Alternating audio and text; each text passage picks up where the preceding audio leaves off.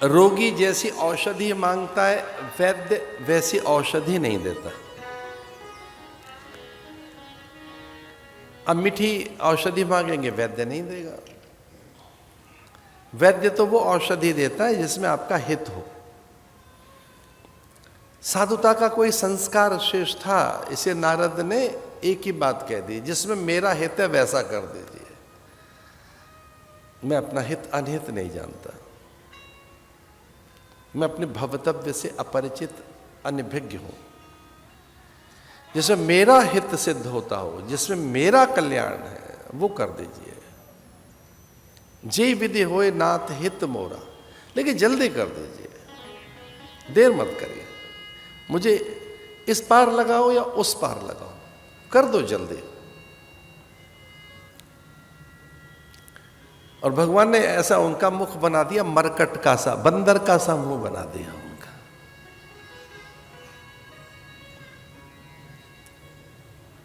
उस कन्या के पास गए, वो इधर उधर भटकती रही। नारद बार बार उसके पास जाते हैं, वो बचती है नारद से। और अंततः जब बार बार नारद उसके सामने जाते तो फिर एक घटना घट गई। अचानक ही उसने जयमाला डाल दी, किसी को वरण कर लिया। शहनाई बजने लगी, शंख ध्वनि, पखावज मृदंग मंगल गीत। तो नारद को लगा कि इसने तो जयमाला डाल दी, इसने तो वरण कर लिया। वो कौन है जिसका वरण कर लिया?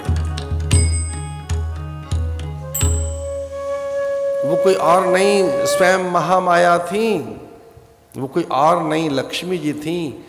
उन्होंने नारायण का ही वर्ण कर लिया, भगवान ही वहां प्रकट हो गए।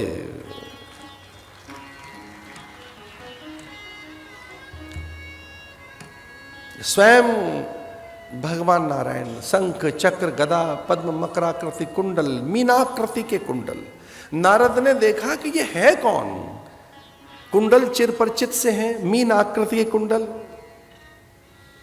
ये चार हाथ तो केवल नारायण के ही हो सकते हैं। शंख चक्र गदा पद्म, सुंदर किरीट, श्री वत्सचिन्ह वक्षस्थल पर भगवान नारायण स्वयं। तो मैं बताना चाह रहा था, गुस्सा आता कब है, क्रोध कब आता है? जब आपको विफलता हाथ लगती है, असफलता हाथ लगती है, अक्षमता हाथ लगती है। आप जब विफल हैं, अक्षम हैं, कार्य जब सिद्ध नहीं होता, जब आपका कार्य सिद्ध नहीं होता, आपके अवगुणों के कारण, अविवेक के कारण, अविचार के कारण, अज्ञान के कारण। अरे गिनते तो जाओ किन कारणों से फेलियर हुए हैं। अब फेल क्यों हो गए ये नहीं सुनेंगे आप। अज्ञान के कारण, अविवेक, अविचार, अवगुण, अक्षमता। आप कहते हैं हम असफल हो गए, तो असफल हुए क्यों? कुछ ऐसी चीजें जहां हम असफल हो जाते हैं, अविवेक के कारण, अविचार, अनभ्यास, अक्षमता, अयोग्यता, अपात्रता। और एक जगह तो लिखा है स्कंद पुराण में, आपको आपकी योग्यता से अधिक भगवान ने दिया है, आप उसके पात्र नहीं है जितना प्राप्त हुआ है आपको। आपको जो प्राप्त है उसके लिए उतनी पात्रता नहीं है, वैसी योग्यता नहीं है, उतना श्रम नहीं है, न साधन किया है। और ये युग तो ऐसा आया है, बिना श्रम साधन योग्यता पात्रता के सब कुछ पा लेने की प्रवृत्तियां पैदा हो रही हैं। उनको मिला है, हमें कैसे नहीं मिल सकता? बिना योग्यता पात्रता के, बिना श्रम साधना के, नंबर गेम में इतने लोग इकट्ठे हैं हमारे हाउस में,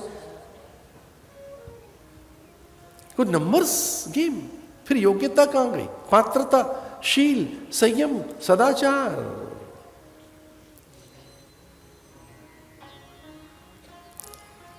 लोकतंत्र का मैं बहुत आदर करता हूं, प्रजातांत्रिक मूल्य अत्यंत आदरणीय है, पर उसका एक रूप ये भी तो देखो कि सदन में आपके पास कुछ हिस्से बैठे हैं, अलग अलग हिस्से। तो बिना श्रम, साधना, योग्यता, पात्रता, सद्गुणों के, हाँ पूर्व के कोई पुण्य होंगे, हम ऐसा मान लेते हैं। फिर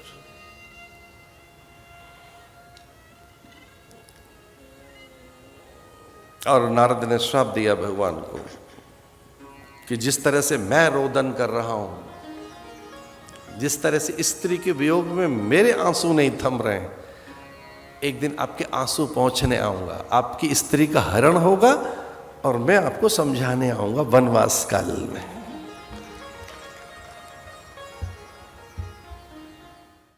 मुकुट उतार कर रख दिया,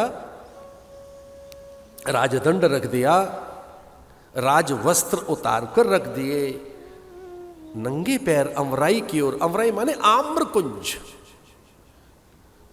बड़े नगरों के सीमाओं पर ही झील, जलाशय, सरित, सरोवर, कूप, बापी, बावड़ियां, सुंदर सुंदर धर्मशालाएं, मठ, छोटे छोटे आश्रम, कुटियाएं ऐसा होती थी। प्रव्रज्या काल में मैंने भिक्षा ली है। प्रव्रज्या काल में मुझे ये एक तरीके का सुख मिला है। मैं नहीं जानता कि मैं ऐसा क्यों कह रहा हूं, पर हाँ कोई मुझसे पूछे कि आप भाग्यवान हैं क्या, मैंने कहा मैं कह सकता हूं मैं उस समय भाग्यवान था जब मैं भिक्षा का अन्न लेकर अपनी साधना कर रहा था।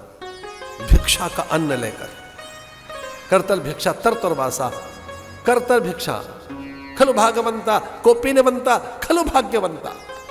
हमारे यहाँ शास्त्रों में कहा गया कि सन्यास तभी मुखरित होता है, तभी वो खिलता है, सन्यास तो तभी फलीभूत होता है जब निराभिमानी ढंग से आप मधुकरी लेने निकले। तो फिर वो मैंने गोवर्धन चुना था उस बात के लिए। सूर सरोवर जहाँ सूरदास जी 75 वर्ष रहे, जिस कुटिया में मुझे लगा भिक्षाई लेकर रहनी है तो सूरदास की कुटिया में रहेंगे, ब्रज में, गोवर्धन गिरिराज जी की तलहटी में। गए तो थे कुछ दिन का अनुष्ठान करने, ब्रजवासियों ने हमारा अनुष्ठान ही भंग कर दिया। कुछ महीने ही तो भिक्षा मांगी होगी, पीछे पड़ गए। कोई मट्ठा ला रहा है, छाछ ला रहा है, हलवा ला रहा है, रोटी फाड़ फाड़ के हमको लोग चिट्ठी लिख रहे हैं, उसमें पैसे छुपा के दे रहे हैं, लो कर लो अनुष्ठान। एक दो बार रोटी फाड़ कर देखी, उसमें चिट्ठी लिखी हुई है, पैसे रखे हुए, रुपए रखे हुए। चिट्ठी में लिखा हुआ था एक में कि वहीं ले आए करेंगे, यहां मत आइए। क्या बात है। अब हमने कहा इतनी प्रसिद्धि और इतना परिचय और इतनी आत्मीयता, छोड़ो अभी भिक्षा, यहां से निकलो। हम निकल गए फिर से हिमालय। मैं आपको आनंद की बात बता रहा हूं। पहले साधु अमराइयों में रहते थे, कुंज में, निकुंज में,